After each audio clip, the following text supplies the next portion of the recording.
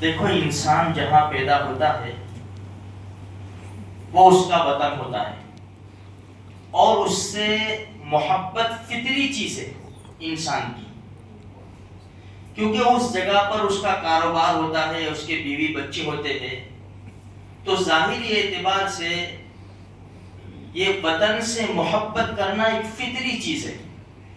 ہم جو سنتے ہیں نا کہ بھئی وطن سے محبت ایمان کا حصہ ہے اور اس کی نسبت حدیث کی طرف کرتے ہیں، یہ حدیث نہیں ہے۔ ایک بات ہم سمجھ لیں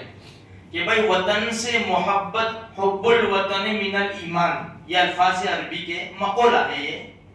یہ اللہ کے رسول صلی اللہ علیہ وسلم کی حدیث نہیں ہے۔ ہاں یہ ایک فطری چیز ہے۔ اسی لیے دیکھو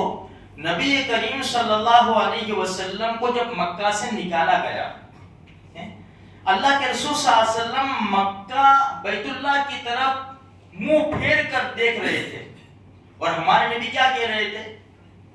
کہ مکہ مجھے تجھ سے بڑا پیار ہے، مجھے تجھ سے بڑی محبت ہے، اگر میری قوم نہ نکالتی تو ہم یہاں سے نہ نکلتے۔ تو اس حدیث میں بھی ایمان کا کوئی تذکرہ نہیں ہے، کوئی حصہ نہیں بتایا۔ جیسے ایک دوسرے لوگ کہتے ہیں حب الوطن نصف الایمان، کہ بھائی وطن سے محبت کرنا ایمان کا آدھا حصہ ہے۔ نہیں، یہ حدیث اس وطن سے محبت کا جو تعلق ہے وہ حدیث سے کوئی تعلق نہیں ہے۔ ہاں یہ فطری چیز ہے۔ جیسے اللہ کے رسول صلی اللہ علیہ وسلم مدینہ منورہ تشریف لے گئے تو اللہ کے رسول نے دعا کیا کی، اے اللہ مدینہ کی محبت مکہ سے زیادہ کر دے، کیونکہ اب ہمارے نبی کا وطن کیا ہو گیا، مدینہ منورہ ہو گیا۔ اچھا، اسی لیے حدیث میں آتا ہے جب نبی کریم صلی اللہ علیہ وسلم سفر میں جاتے، جب واپس آتے ہمارے نبی مدینہ کی در و دیوار دیکھتے، مدینہ کے درخت دیکھتے، مدینہ کی سرزمین پر آتے، اپنی سواری کو تیز کر دیتے۔ کیوں؟ اس لیے کہ مدینہ سے محبت ہو گئی تھی ہمارے نبی صلی اللہ علیہ وسلم کو۔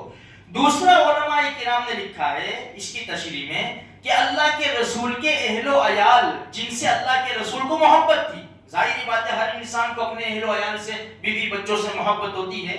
تو ہمارے نبی کے اہل و عیال بھی مدینہ منورہ میں تھے، اس لیے اللہ کے رسول صلی اللہ علیہ وسلم مدینہ منورہ میں آنے کے لیے جلدی کرتے تھے اور اپنی سواری کو تیز کر دیتے تھے۔ اسی لیے میرے بھائیوں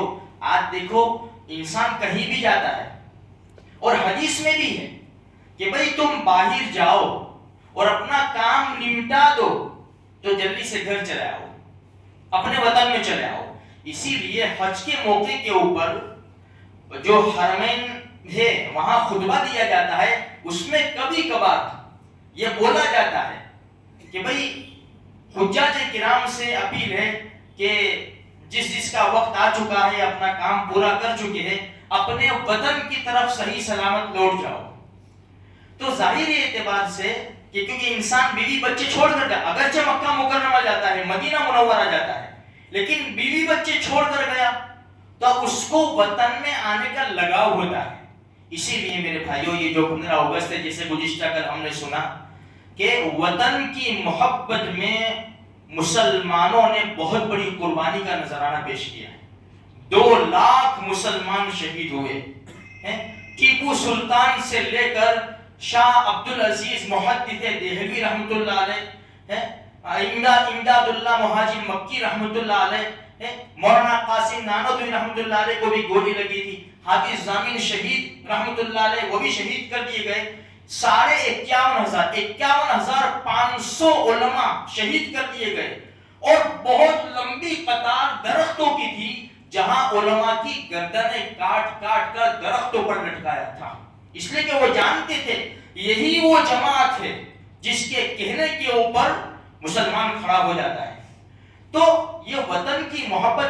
ایسی ہوتی ہے نا کہ انسان اپنی جان نچھاور کرنے کے لیے تیار ہو جاتا ہے۔ اللہ تبارک و تعالی ہم جس ملک میں رہتے ہیں امن و امان کے ساتھ ہمیں رکھے، ہماری نسلوں کی ایمان کی حفاظت فرما دے۔ جس طرح ہماری مسجد آباد ہے اور جس طرح ہم آزادی کے ساتھ اذان دے رہے ہیں، مائک کے اندر اذانیں گونج رہی ہیں، اور جس طرح مدارس چل رہے ہیں، چھوٹے چھوٹے بچے عام طور پر کھلے عام